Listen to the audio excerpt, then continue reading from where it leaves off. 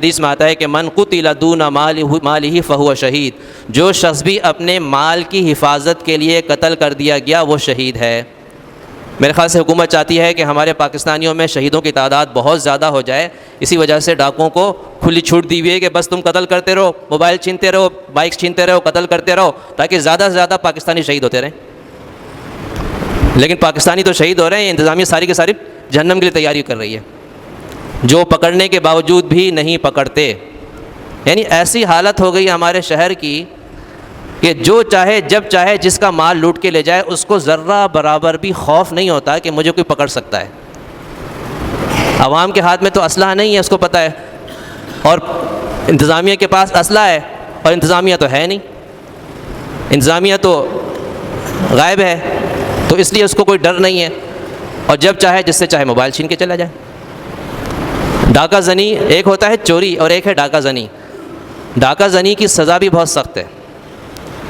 اصل میں یہ ساری باتیں بتانے کا فائدہ اس وقت ہو کہ سزائیں ہوں، جب سزائیں نہیں ہوں تو پھر کتابوں کی حد تک یہ باتیں رہ گئی ہیں، قرآن و حدیث کی حد تک باتیں رہ گئی ہیں۔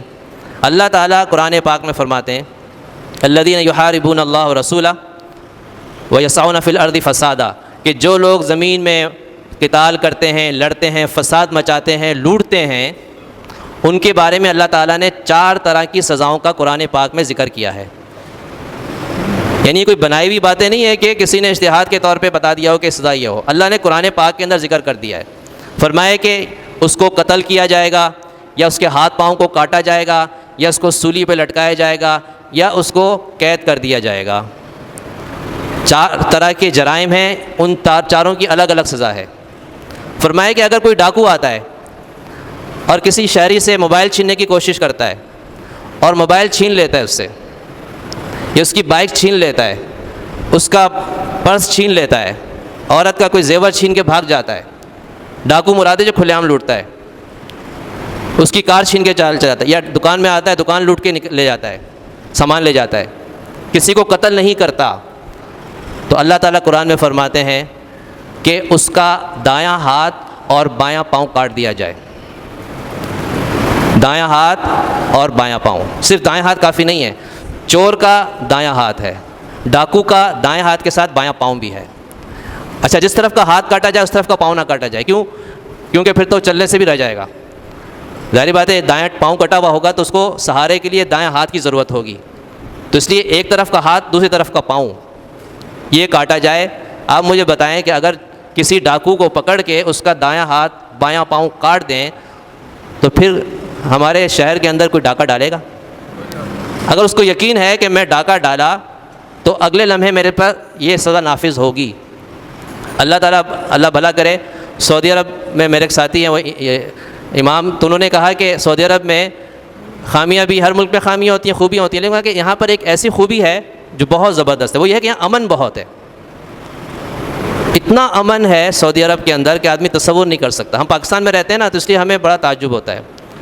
یعنی اگر آپ کے پاس 6 لاکھ کا موبائل ہے اور آپ رات کے 3 بجے کسی فٹ پاتھ پر بیٹھے ہوئے اکیلے، آپ کے دل میں ذرہ برابر کوئی خوف نہیں ہوگا کہ مجھ سے کوئی موبائل چھین لے گا۔ ویرانہ ہے، کوئی بھی نہیں ہے، پھر بھی وہاں پر کسی کے اندر اتنی ہمت نہیں ہوگی کہ آپ سے آ کے آپ کا موبائل چھین لے۔ اتنا امن ہے۔ اور ہمارے یہاں پر ایک آدمی 50 آدمیوں کے ساتھ مربت کوچ میں سفر بھی کر رہا ہے تو اس کو بھی ڈر لگا ہے کہ نہ جانے کب مجھ سے میرا موبائل چھن جائے۔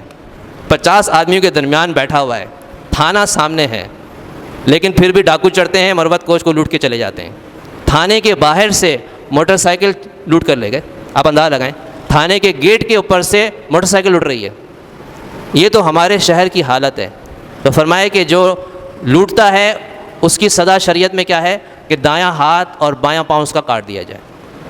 اگر اس نے قتل کیا، لوٹ نہیں سکا، لوٹنے تو آیا لیکن لوٹ نہیں سکا، موقع نہیں ملا، فائر کر کے بھاگ گیا، بندہ مار دیا، تو فرمائے کہ اس کی سزا یہ کہ اس کو قتل کیا جائے۔ اگر اس نے لوٹا بھی قتل بھی کیا، اس کی سزا کیا ہے؟